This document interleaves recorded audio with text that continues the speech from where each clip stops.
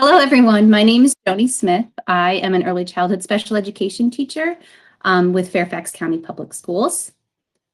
And hi, my name is Erin Snell. I'm also an early childhood special education teacher with Fairfax County Public Schools. And we're here today to talk to you about outdoor learning. Over the past year, we've really grown accustomed to spending some more time outside. And so today we'll be discussing how to create learning opportunities from those natural outdoor spaces. Resource and outdoor play in the school setting is often used as a break in learning or to release some energy. Or some people say to just get the wiggles out. Our time together today will reflect natural outdoor play as a necessary component to a child's everyday learning and development, not just that break.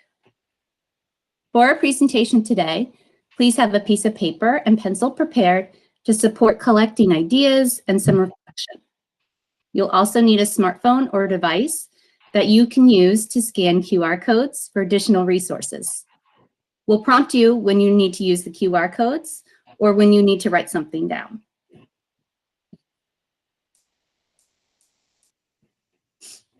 By the end of the session today, you will understand why and how to include meaningful play in natural environments. As parents and as early childhood special educators, my colleague and I have had an opportunity to use the natural learning environments as motivating and effective spaces to expand upon children's skills in all areas of development. And we hope to share some of those ideas for outdoor play so that you can get started with your students or your children.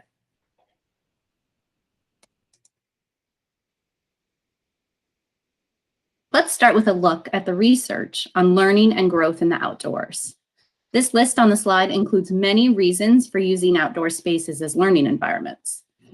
Play in outdoor learning spaces is proven to be calming because it provides an escape from overstimulating indoor environments. In contrast to the bright colors of many classrooms, the colors of nature are proven to allow for better focus. Studies have shown nature sounds provide a restoring effect after exposed to noise pollution such as bells or sirens or traffic that may put children at a high state of stress. Our overall health is improved with more opportunities to play outside.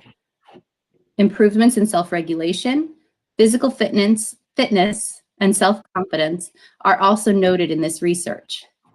These support the basic needs required for student success in academics and participation in regular school environments.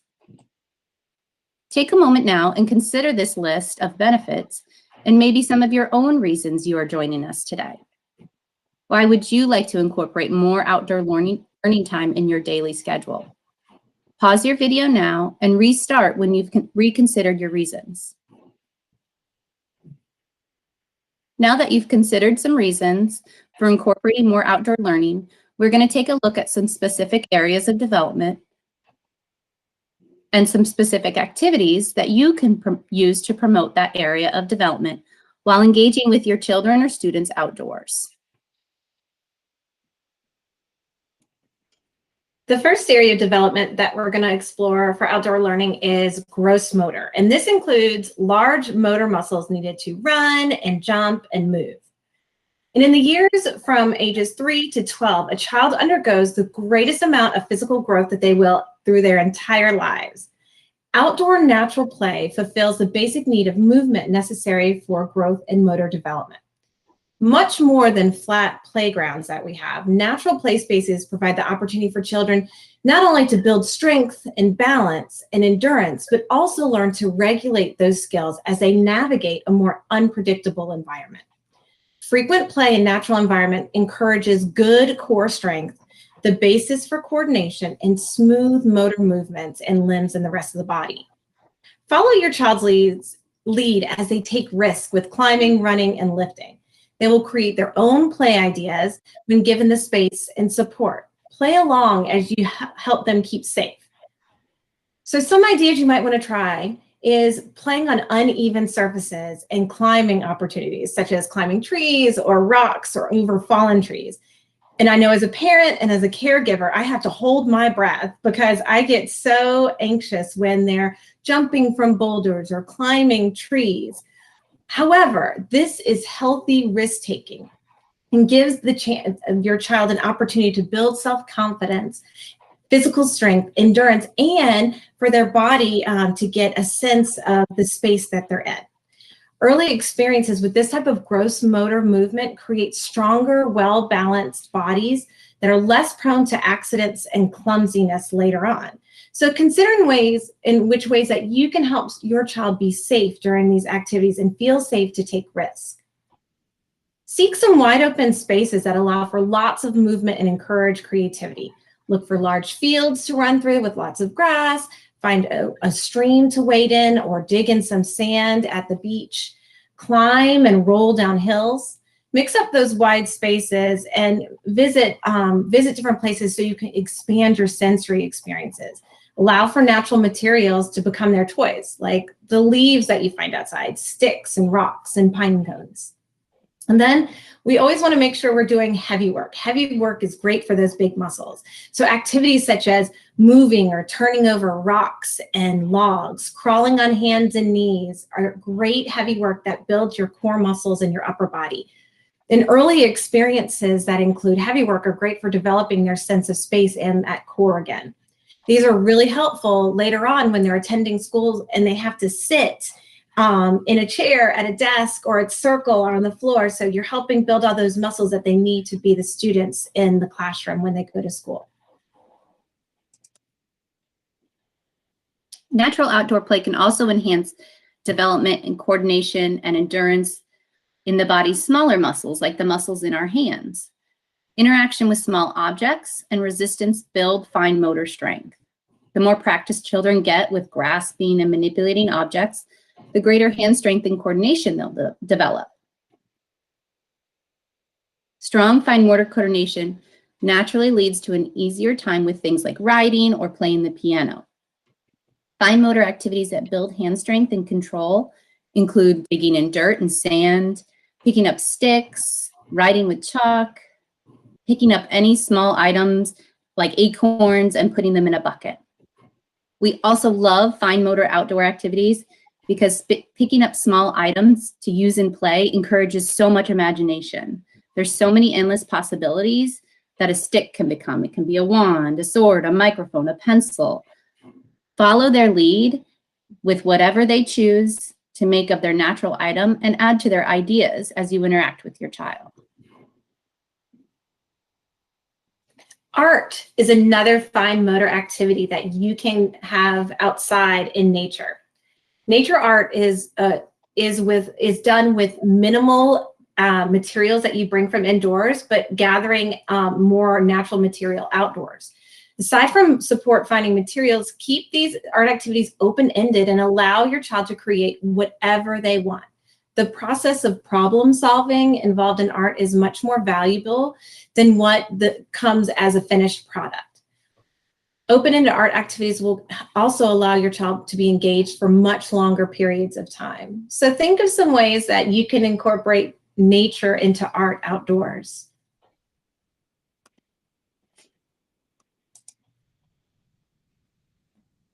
So as we talked about some of the motor development and how outdoor nature play can support it, there's a list of activities, some of the activities that we discussed on the presentation. You're going to take a moment now to pause the video and write down one activity that you might want to try with your child or with your students. And think about how will you support your child as they play and as they take risk outdoors. When you're ready, you can restart the video.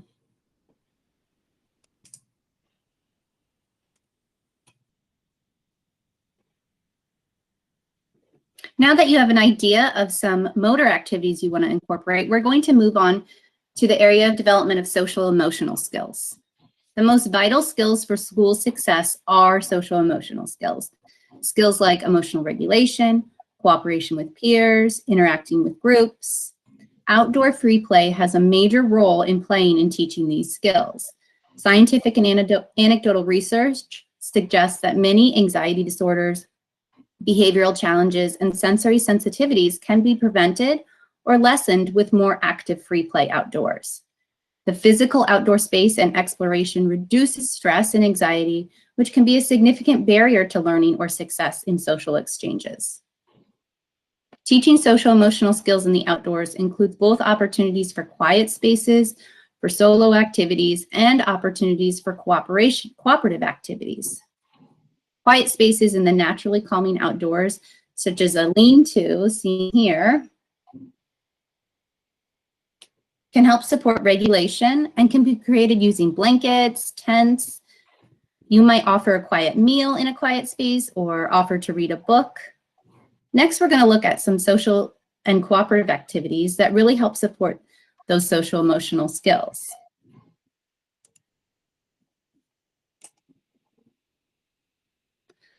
Our first favorite activity is mud kitchens. With the high stress and distractions of indoor spaces eliminated, outdoor cooperative activities like mud kitchens can provide a reduced stress opportunity for social success. In play, you'll often see preschool children imitate common adult activities. For example, talking on the phone or feeding the baby. Mud kitchens provide that outdoor opportunity to take on that role playing. They can practice conversational exchange as well as work on cooperative play skills.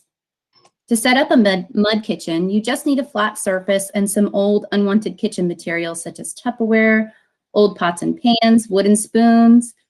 With your mud, collect other natural materials such as dandelions, grass, or twigs.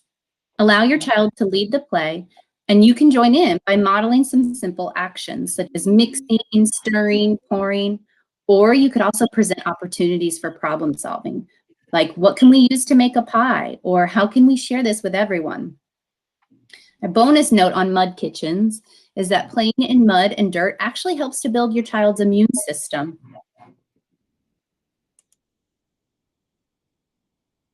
Gardening is an outdoor opportunity that really includes all areas of development and many academic concepts as well.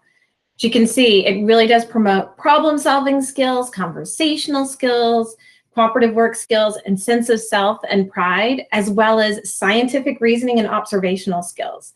We really want to highlight gardening as a way to build social skills. Cooperatively working to grow plants with peers or family members provides opportunities for children to contribute to a group goal and engage in cooperative problem-solving process.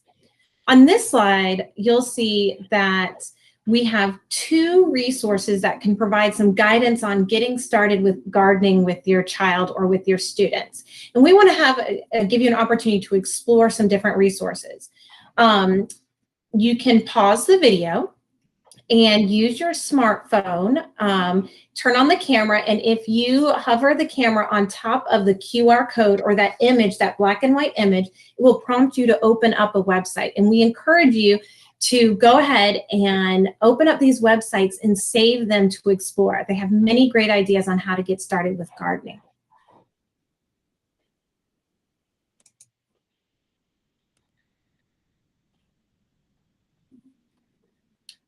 So we've looked at some motor development. We've also looked at social emotional development in the outdoor learning spaces.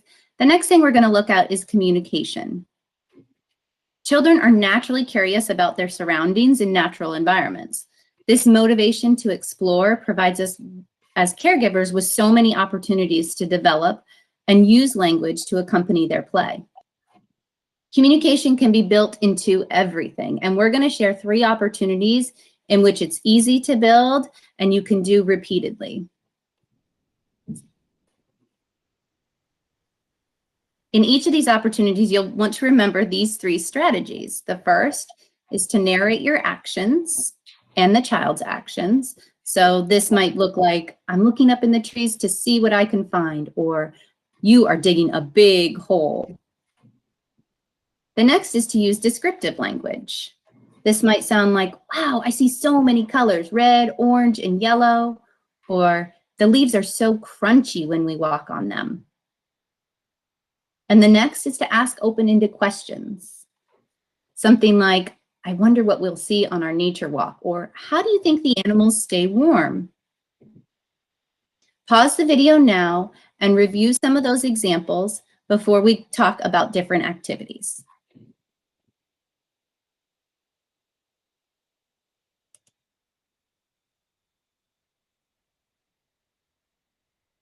Our first communication opportunity is natural sensory play. We mentioned activities such as digging in dirt and sand as great fine motor activities. These sensory activities can also be a great time to work on communication. We naturally learn through our senses, and you may have noticed that your child has a natural inclination to stomp in puddles or pick up pine cones. Sensory play can happen anywhere outside with any materials you can find, like dirt, sand, grass, mud. Pair any of these materials with cups, spoons, tongs, shovels, empty bottles, funnels, or even hide small manipulatives in a pile of grass. To make this a communication building activity for your child, you'll participate by narrating what you and your child are doing, like you are scooping with a shovel, or I'm going to use the cup and make a castle. You'll also use descriptive language. The mud feels so slimy. The grass is so soft. I'm going to make it flat and smooth. And lastly, try asking some open-ended questions about their sensory play, like how did you make that? Or how do you think that feels?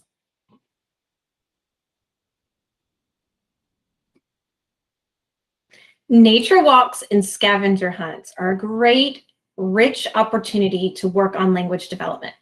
They also include opportunities for flexibility, as scavenger hunts may not always turn out as you predict. Before you head out the door, discuss what you might find on your hunt using open-ended questions like, what do you think we'll find today? Or use pictures to label items to look for. As you hunt, sing songs and describe items you are looking for. These walks are a great way to incorporate location words such as in, on, under, up high, down low, in descriptive language, like we were talking slimy or crunchy or round. You can match pictures to items you find when you find them, or use a writing utensil or stickers to mark items that you found on your paper. When all your items have been found, review items using a sorting, or you can ask open-ended questions about your experience. Nature walks and scavenger hunts can be done in so many ways, and that you can use this activity frequently and vary your objectives. One day you might be going on a walk looking for letters in your child's name, and the next day you might be finding different materials in nature to make a nature collage. Other ideas include looking for shapes in nature, different kinds of texture, using your senses, or seasonal items, especially right now in spring. Everything is changing all the time and everything is so colorful. If you Google preschool scavenger hunts, you're gonna come up with so many new ideas. So if you're looking for something, don't be afraid to Google preschool scavenger hunt and get some new ideas. And you can see on the slide, there's lots of different ways to make sure you're narrating your child's actions, using descriptive language, and continuing to ask open-ended questions during this activity. We want to highlight, and we know that there are rainy days that are not perfect, but we want you to use those rainy days as a whole new world to explore. There are different senses to discuss, new animals to investigate, and new opportunities to create. And rainy days bring many new language opportunities. So grab your raincoats and boots and take advantage of all the rainy days that we have. You can see great ways to narrate your child's language. That was a big splash in that puddle. Or the descriptive language. I hear the rain dripping from the roof. Drip, drip, drip. Or asking questions. Where do you think the animals go when it rains? You can lead your child's exploration of where the water flows, talk about sink and float with puddles, make observations about the weather, look for animals.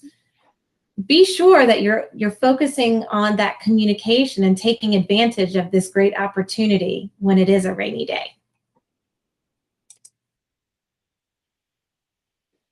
The great thing about all of these communication activities is that they require very little materials to gather and can be done anywhere, anytime.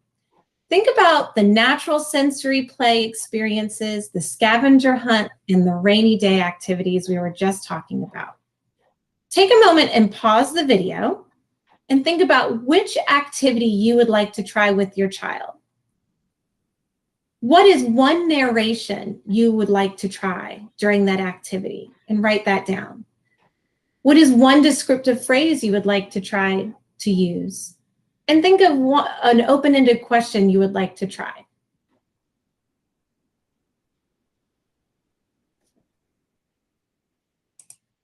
When you're ready, you can restart the video.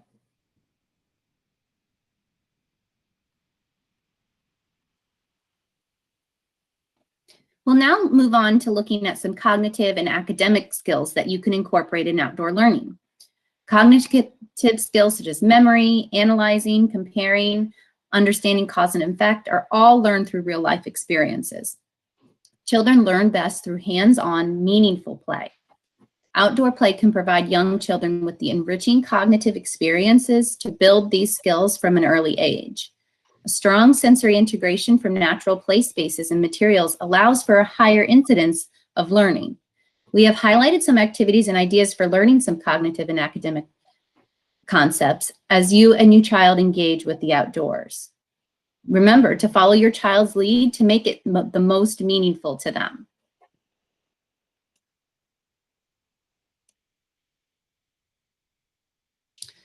First, we'll look at math and number sense in nature. These are easily incorporated into everyday outdoor learning because the natural world is full of naturally occurring patterns and shapes. From the complex patterns on a seashell to a collection of rocks, you can make math happen anywhere.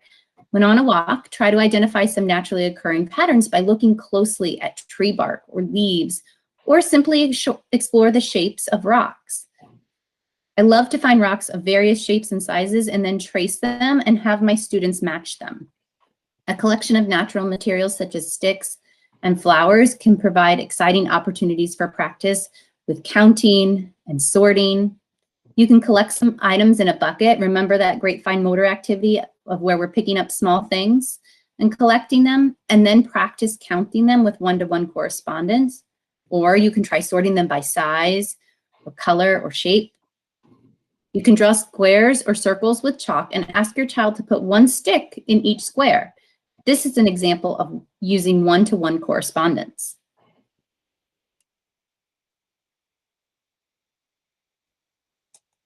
This QR code will take you to a great video on how to use nature to teach math skills. Use your device and scan the QR code to watch the video and consider one math activity you would like to try. Be sure to save this site for future reference, as there are so many great ideas, not only on math, but in other areas of development and using nature to teach skills.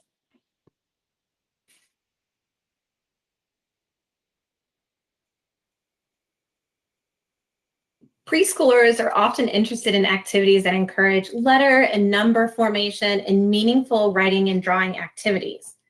But you might notice that they're not always interested in paper and pencil tasks at the table. So it might be a great opportunity to try using sticks to draw in the mud or create letters with small twigs. These might be more meaningful experience and hands-on activities that will have a greater impact on transferring writing and literacy skills later on when they need them, when they're in school and they're using paper and pencil tasks.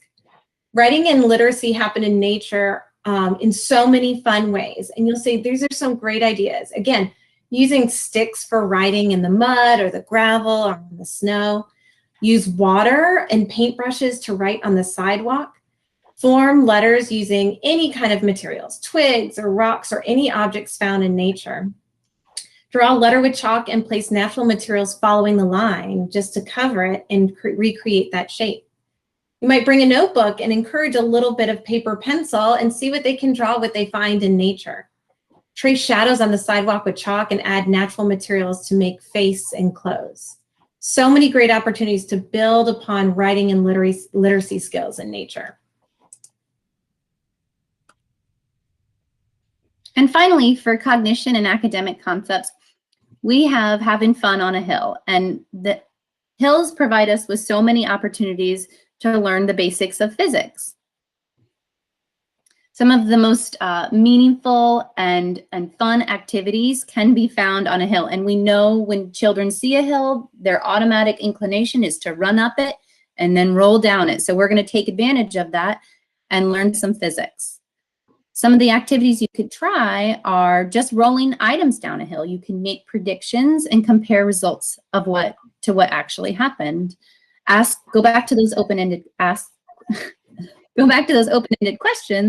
and ask which one's going to go faster, or how do you think this one's going to roll?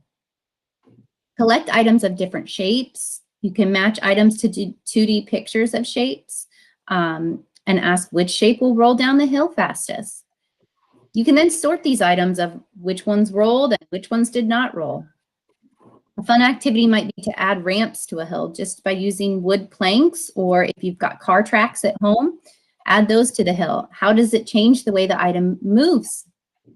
You can also try building sleds for items that don't roll. What can be used to make a sled? When you use these ideas for physics fun on a hill, you're giving your child opportunities for analyzing, comparing, evaluating all these higher order cognitive skills that are really meaningful to them and building their cognition.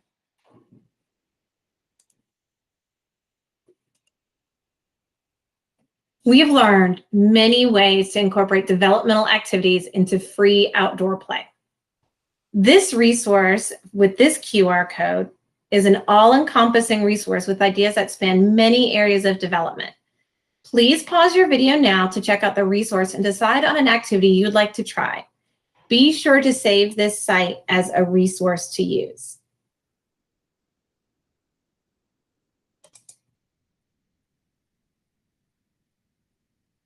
If you have more of an interest in implementing more outdoor natural play, please see these two additional resources. The first is an article from the National Wildlife Foundation, and the second is a book called Balanced and Barefoot by Angela J. Hanscom.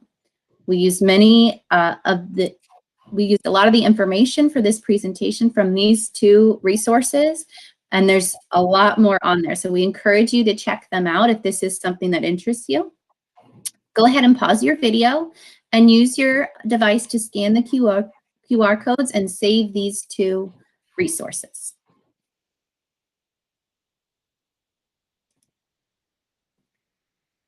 We want to thank you for joining us in exploring outdoor learning play today. Please feel free to contact us if you have any further questions or want any more information about those resources. Again, my name is Erin Snell, and you'll see my email address is on the slide. And my name is Jody Smith, and my email address is up there as well. And we hope you've enjoyed this presentation. Good luck and get outside and have some fun. Thank you.